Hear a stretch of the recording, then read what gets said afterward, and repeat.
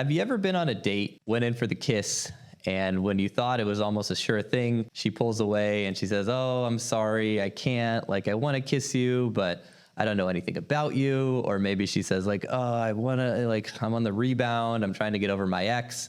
Or maybe there's a girl you met and you finally get her on a date, but on the date, her mood isn't what you hoped. Maybe she's a little bit down. And then at some point towards the beginning, she kind of hits you with the "let's just be friends" line. Well, that certainly happened to me many times. I'm sure it's never happened to my wife. It did not.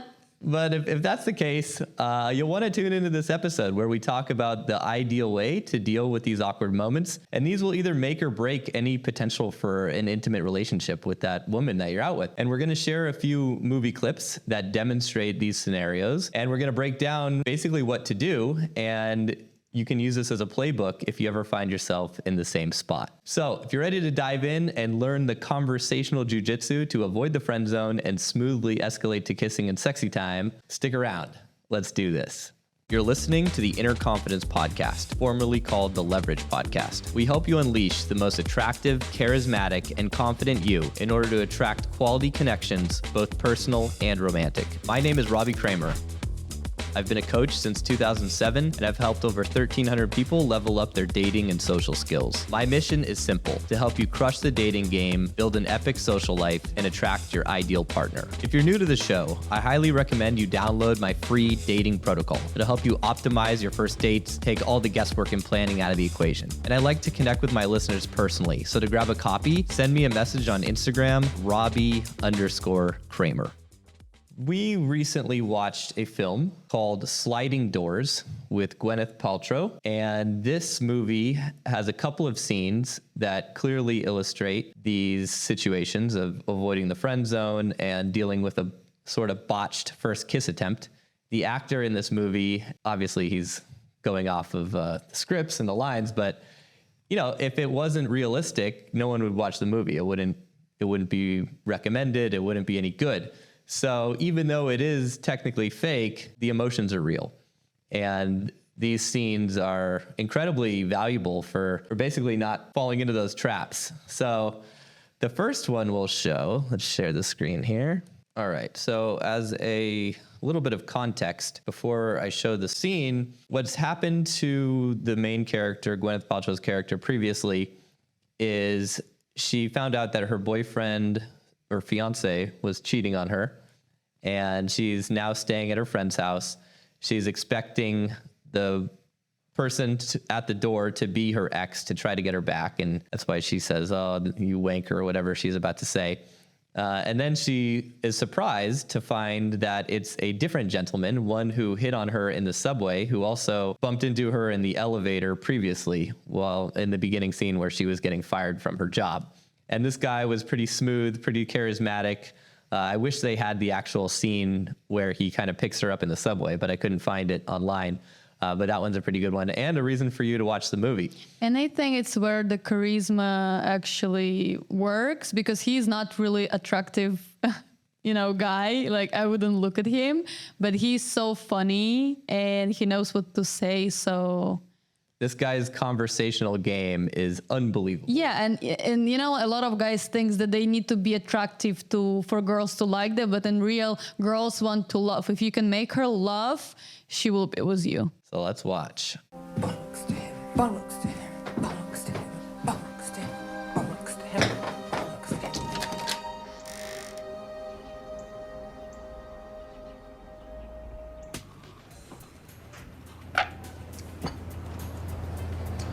Come on, you don't drink your fatty drinks, you'll never really achieve quality cellulite. Haircut sushi, by the way. No, it does, no gag. Never make a joke about women's hair, clothes, or menstrual cycles, page 1. So he's already being hilarious, right? He's making fun of with the cellulite joke. He's referencing effectively like what you should do on a date. Page 1, don't make fun of her hair. So he's calling out the situation. He's being funny. He's being very flirty. But it's not only that. He sees that she is in a bad mood, right? So he tried to do his best to actually, make her smile. And And she's in a bad mood because she's thinking about her ex. Yeah. Right? She's on the rebound. She's really upset. Her life has just been completely and utterly turned upside down because her fiance, she caught him in bed cheating. And so now she's out with this guy that she's attracted to, but she's not present and she's just in a bad headspace. So he's joking around, and this is where she hits him with the dreaded "let's be friends" or "I'm on the rebound" sort of thing here. James, maybe I shouldn't be here. I'm sorry, I'm not being fair. Under normal circumstances, etc., you're really nice and funny. My friend Anna thinks you're cute. Wait. So this is a standard sort of rejection that a girl will give, right? Like, oh, if I wasn't in this sort of situation, I think you'd be really awesome. And it could be any situation. So, yeah, but you're a really nice guy. So you're perfect for my friend. Yeah. Just for me, it's just not the right time. It's not this or it's not that. So the classic mistake is to, listen to what she's saying and take it at face value. And to think, oh yeah, I guess she's right, and maybe I should have gone for the friend, and woe is me, and to let her negative mood bring you down, or to try to convince her. Not only bring him down, it's not the truth. You shouldn't think, okay, it's how she really feels, because she's not. Don't listen to what they say, is what she's saying. When women say stuff, you shouldn't listen, unless they're saying no, of course. Not always. And that's the tricky part, because women say a lot of things that are true, but they might not be true all the time. No, we have like an emotional language, if you don't understand it. Sometimes black is white and white is black. And yeah, if you don't understand when up is down and down is up, you're fucked. Which is why I say in the inner confidence community, we don't listen to the words, we listen to the emotions under the words. Yes, that's the important thing here. That's really important. Right? So in this situation, her words and her emotions are both saying like, oh, this is not the right time and da-da-da. But what you need to remember is, no, she's on a date with you. Right? She could be doing anything, but she's out with you. And that means on some level she's attracted to you, or she wouldn't go, right? Unless you tricked her into the date in the first place, which is a different conversation. But she's on the date with you. And if you haven't done anything to kill how she feels about you, right? Then there's no reason why her mind would change. It's just she's in a bad mood, and that's about it. And that mood is going to pass. So rather than focus on the mood and try to change her mind, what do you do? What do you do to pass any shit test? You use humor, right? Humor, like you said earlier, it removes your mask, because when you start laughing, it's when you shows your real emotions, and this mask just goes away. Yeah, I love how you said that. It takes your mask away. Yeah. You're effectively piercing through the mask with humor. Yeah. Yeah. That's why it's so effective. That's why if you can make her laugh, even if you look like this guy, he's not bad looking, but I won't say he's bad looking, but he's not my type at all. His teeth are bad looking. Yes, it's what I meant. But if he would use those lines, or I don't know, whatever it was, it was funny. But let's see what he's about to say. So he hasn't, we don't know anything yet. Let's see. We know. Hold. Your friend Anna thinks I'm cute. Your friend Anna thinks I'm cute. Shit, I just blew. Wait. 285. 285 and the wrong girl. So you see what he does there? He's... This is genius, because when he says, wait, your friend Anna thinks I'm cute, he's buying himself time to think about what to say next, right? But it doesn't look like that. Time. Exactly. It looks like he's just delivering this hilarious thing. But in real life, yeah, this is so amazingly written, because that's what would happen. You'd be like, wait, your friend Anna said I'm cute? Hold on, your friend Anna said I'm cute. Well, shit. Yeah, I wasted $3 on the wrong girl, right? Which is hilarious because it's $3. And, I'm explaining the joke now like an idiot, which I don't need to do, but let's continue on. So you see her mood crack. She cracks a smile, right? And then after using humor, we'll see what he does next. Sometimes we are plonked into people's lives when they just need to be cheered up and reassured, and it turns out that for some reason it's your job. We don't know why. In your case, it's my job. But I'll be honest, The fact that I find you... So he's calling out the situation. He knows that she was cheated on. You know, she explained the story to him, and he's saying, like, listen, this isn't necessarily a date. Let's not make this all weird. It's just, I'm here to cheer you up. That is my role in your life, which gets her off of the, you know, defensive. Because, like, she shows up to this date, they're drinking, you know, milkshakes, and now she's like, oh, now I'm on a date and I feel bad, right? And so it's like the pressure of the date was causing this mood, and he's effectively removing that pressure. Yeah, definitely. Moderately attractive just makes the job easier in my part. This is a necessary part, because if you're going to then say, listen, I'm not hitting on you, it's all just, you know, me being your blanket that you can cry on. Well, now you've relegated yourself to the friend zone. And if you then try to get out of it, you're going to look like a sleazeball because you're giving her a bait and switch. But he's avoiding that by saying, oh, but I find you moderately attractive, which is a subtle neg in a funny way. But we'll go back and then we'll listen to that part again. Yeah, because if you do this thing halfway, you will end up in the friend zone. You need to finish to still let her know you are attractive. Yeah, you got to say, well, listen, I'm this shoulder you can cry on. And yeah, you know, good thing for you. You're a pretty good looking. I don't mind so bad. You know, you're not so bad looking. You're all right.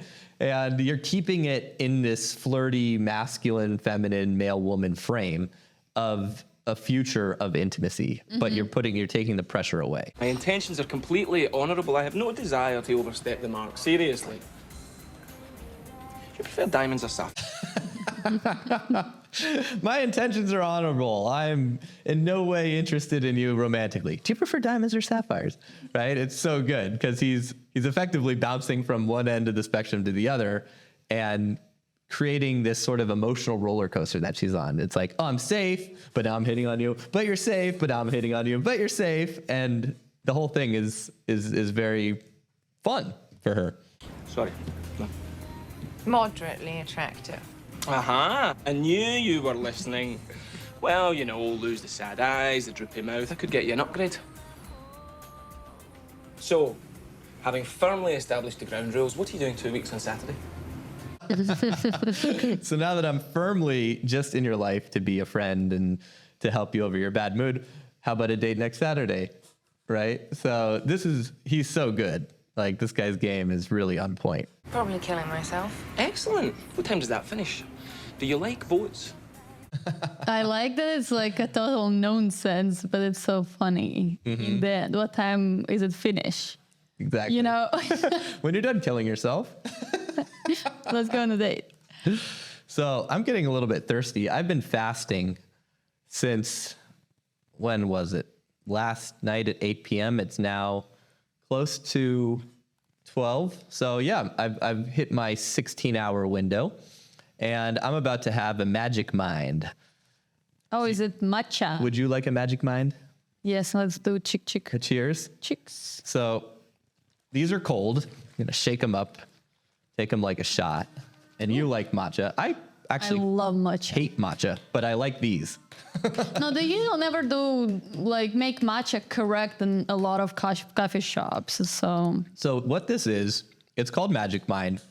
when my It's mind from a- will be magic. Your mind is always soon? magic, baby. How soon? It's subtly sweet, which is a good way to describe it. It boosts your energy. It helps with stress, helps you stress less, keeps you focused, and has immunity with vitamin C, D, and echinacea. I want to think be pronounced that so focused after that. Well, I take these typically every morning, and I love to take them during like the end of a fast. That's why I waited to take it now, because it's so much better than coffee, because you don't get like the coffee sort of hangover. It's, you know, it fuels my entire, like, I feel like I'm just focused and I'm able to work really hard, even at the end of a fast for like the next 4 to 5 hours. So sometimes I'll put it in my coffee, but I prefer to kind of just drink it cold, sometimes in an iced coffee. And Amazing. the stuff's great, right? I Tastes think good. it's really good for people. My best friend, Sarah, she can't drink coffee unless she will drink it at like 7 a.m. because she will shake and she won't be able to go to bed. So I think will be an amazing alternative for her. Yeah. Be focused and... It's all the benefits of coffee without, you know, the negatives. So what's inside. It's only 21 calories, so it's good for your diet. It's got 1 gram of fat. The ingredients are organic matcha green tea, filtered water, organic ceremonial grade matcha, and organic agave. So And I'm pretty sure it's organic. They have it in our coffee shop. Yeah, no, they sell these all over the place. Yeah. I think the company's located in Venice. Nice. California. Yeah, I love Or it. Marina del Rey, I forget. But if you guys want to grab your own bottles, the link is in the show notes. And go over there Stay and focused. get focus.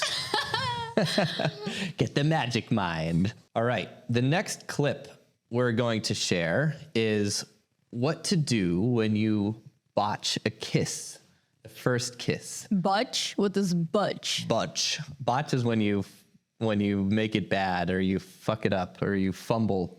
It's Like you tried to kiss a girl and make a she kind mistake. of went back and didn't kiss you, or what? yeah, exactly. That would be a botched kiss attempt, right?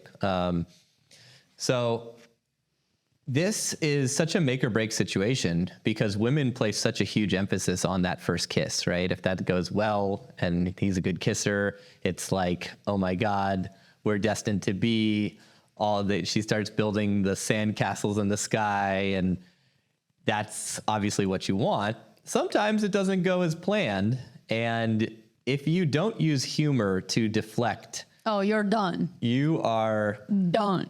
toast. For sure. For sure. And this is one of the best examples I've ever seen in Hollywood where, this smooth operator dude pulls it off. So let's watch the scene here. Operator. Can we add the song? No need to ask. He's a smooth I hope operator. they won't put copyrights on that. That used to be the song that I would wake up to every morning on my alarm clock. I love this song. And my ex-girlfriend hated it so much. Really? Because, I was love the it. schmuck. I was like, I was young. I was still in college. And I think she could tell that I wanted to date other women. And it was, I would hate she it was too. like, you think you're a smooth operator, but you're just a loser. I love it. She'd always make fun of me because I'd get nervous and I'd play with my zipper. I'd go like this. Oh, you told me this, but you never And you never. I don't this do it now. anymore because she Yeah. made fun of me so much. And I would make these awkward little noises like so every time the smooth operator song would come on, she'd be like Oh my God, she's actually so good. she's great. She's amazing. Oh, I love it. She has 2 really cute kids, or maybe 3. So yeah, Laura, if you're listening to this, you're the I best. like you. I'm sorry I was a terrible boyfriend back in the day. But she found a good husband, so I'm sure she's not upset. It all worked out for her. So let's share this next scene. I'm sorry.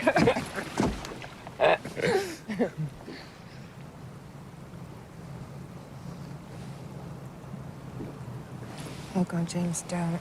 Oh, I'm sorry. No, I know this is an ideal sort of kissing moment. Night, moon, boat, water lapping. It's perfect, and I'm not feeling that it would be nice. But I don't really know anything about you, and I'm still on a rebound. Oh God, I hate that word, but I am. Oh, who isn't? All right, so But his actually technique of the first kiss was really good. yeah, it was good. It was There really. was nothing wrong with it. We should Yeah. show that again. So this is the perfect idea. Like you're being playful. So this is from the last scene. What has transpired is they went out on that night, and that's happening before this, and they were hanging out with a bunch of his friends and partying, and then I think they ended up on this boat that same night. Where they stop, and now they're looking in each other's eyes. They're really close, right? They're only this far apart, which is if you try to kiss a girl when she's really far away from you and you have to do this big move to get over, that's really not ideal. That's why you need to be sitting You need to side by get side. closer, yeah. And so he's slowly, this is such a long pause. He's looking at, he looks at her eyes, he looks at her lips, he looks back at her eyes. He's giving the triangular gaze. They call that in the seduction community. Triangular gazer. No, but actually, I like everything. I think it's really good.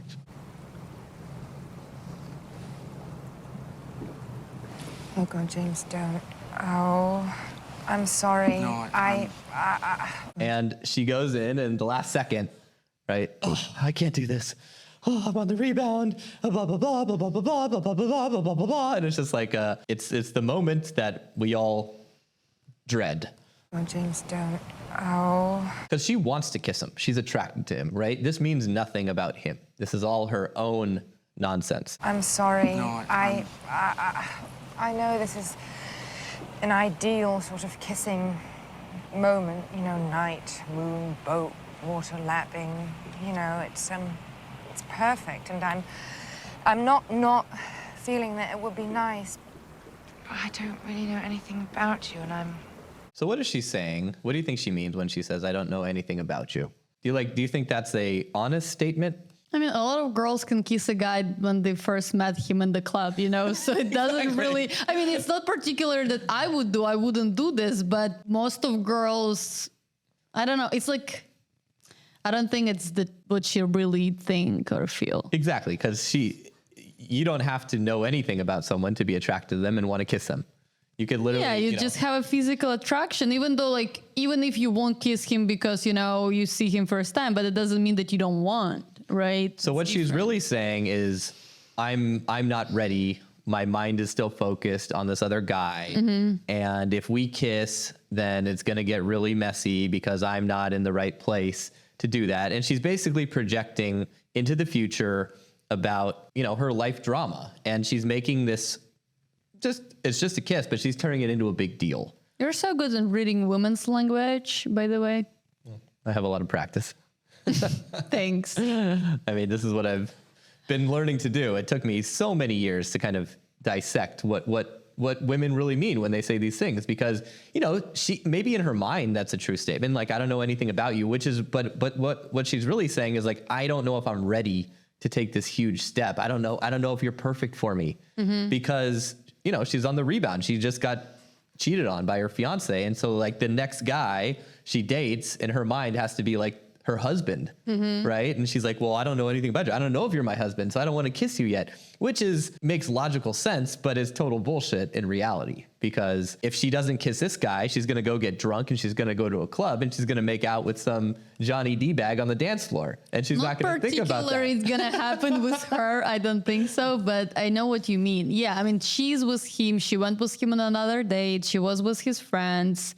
She clearly likes him. So there is no sense to go on the date and after still reject the like a physical escalation, like the kiss or something, just don't go. Well, this is what women do because they like a guy, so they want to go on the date, right? But if they have this very detailed plan for their life, and this typically happens when women are kind of in the biological clock starting to tick stage, where they're like, I need to find a husband. They feel this pressure to set up their future. Then they had so many years. Like, what were they doing? What were they doing? Well, they were being good feminists and getting, you know, really good jobs, and now they're really happy about that, I'm sure. Not that there's anything wrong with women having good jobs, of course, like, but they're putting off these sorts of things. I just don't think why having a job and having a family, it's something that can just go separate ways. It can go the same way. I know so many women who are really successful, they have their own businesses, they still have a family, they have kids. Well, that's complicated, but a lot of women, at least in Western cultures, US, Western Europe, it's like they want to really like either party a lot when they're young, or they want to work and sort of get these things finished before they think about starting a family. But then they realize at a certain point, like, clock's ticking. And now they start putting all this pressure on themselves to start a family and find that right guy. And so dating then becomes like a screening process. This becomes like a job interview. It loses its fun. It loses its novelty. Yeah, because you don't have so much time to spend. Right. And that's a situation she's in here, right? Because she thought her life was going down this trajectory with that guy. And now it's totally derailed. And so the next guy better be that guy, right? And she met this guy just kind of like randomly, a day game scenario, but now they're on a date and that's what she's thinking. She's like, is this the guy? And that's a lot of pressure, right? That's so much pressure for him. And so again, this is a shit test. She's putting all this pressure on the situation and he needs to alleviate the pressure. How's he going to do it? Humor. Humor. Humor. And just so foreign for me. In Ukraine, nothing like all women concentrate on having a family in their 20s, get married, have some kids. It's a traditional society, you know? Yeah, it's like it's not like I don't have anything against that. It just like I've never faced this in my life. So Well, that's why I tell you guys to go after Slavic women, especially Ukrainians. They're more fun. You know, you don't have to deal with a lot of these negative impacts that feminism has had on women from the West. You know, it's confusing. It sucks. And I'm not bashing Western women at all. It's very confusing and it's difficult for them. Like, you know, my sister, your sister-in-law, Julie, you know, she's 33. Right? How old is Julie? Yeah, 33. 33, yeah. And she was in a relationship for 10 years. 10 years. And, you know, she thought that was going to be The one and a family. And now she's single. And, you know, I keep reminding her, luckily she's got a dating coach as an older brother, but I keep reminding her like, And luckily she's really beautiful and she doesn't look like she's 33. So it won't be a really big problem for her to find. yeah, she's got guys knocking down the door. Yeah, But I need to but- keep reminding her to not take this too seriously. Don't start putting these guys into a category in your mind. Just like let things develop organically and don't try to push the situation forward. And she's doing a great job of that. So Julie, if you're listening, we love you and We love you're you. the best. You're the And, best. Yeah. So let's see what happens. She just told him that she's on the rebound. I can't do this now. Oh my God. And what if he's like, so that the typical dumb male logical response would be like, well, yeah, if you're on the rebound, like, let's hook up. Oh my God. Like, you know, guys will literally say that. That would slap I see that all the someone time in the with, face. in online dating, right? Like this is probably one of the most annoying situations is a guy will be like texting back and forth with the girl. When he asks her on a date, sometimes it's an online lead, sometimes it's from, you know, day game or night game, whatever. So when he asks her on the date, she'll be like, it's not a good time for me. I'm not really dating right now because I'm trying to get over my ex.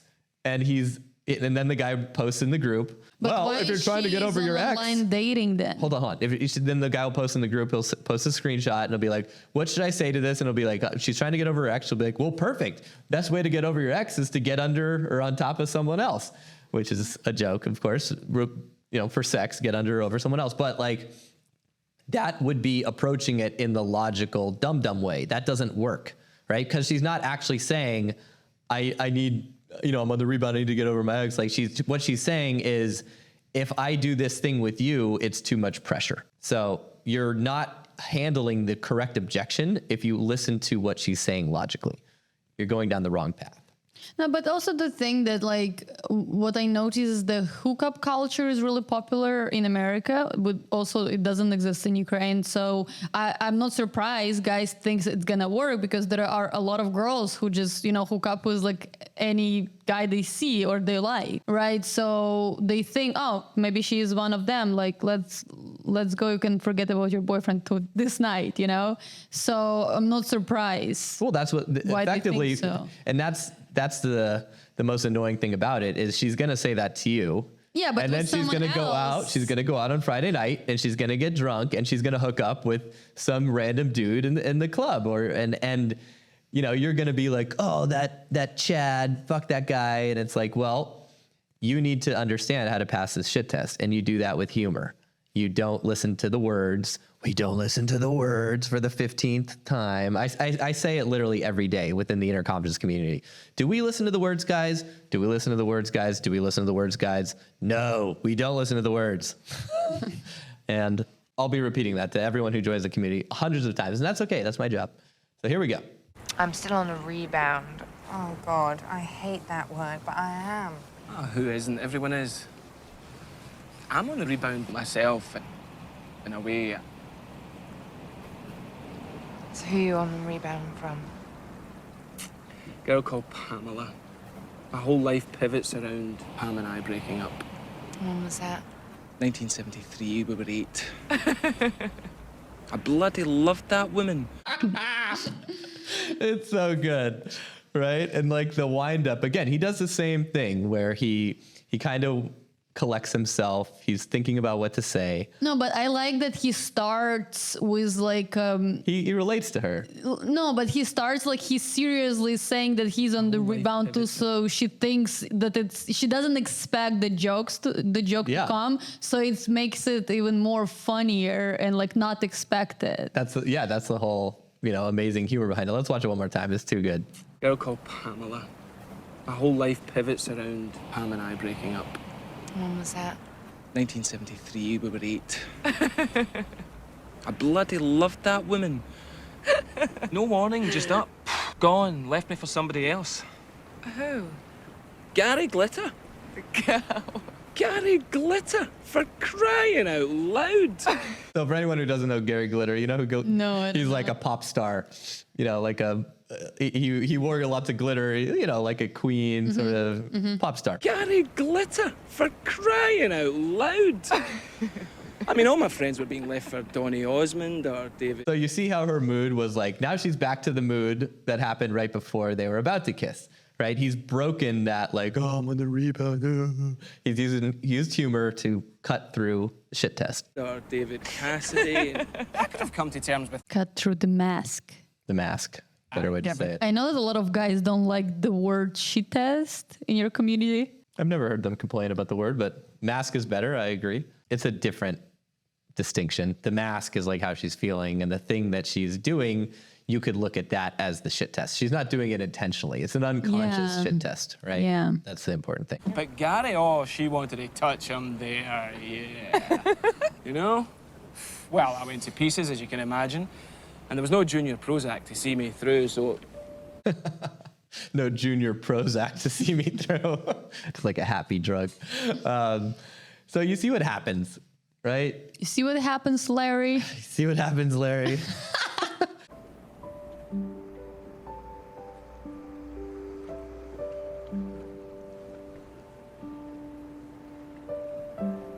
So notice how she kisses him. She does the whole hand on the back of the side of the neck, on the face thing. So I kissed you. Yeah, I spotted that too. You weren't going to do that.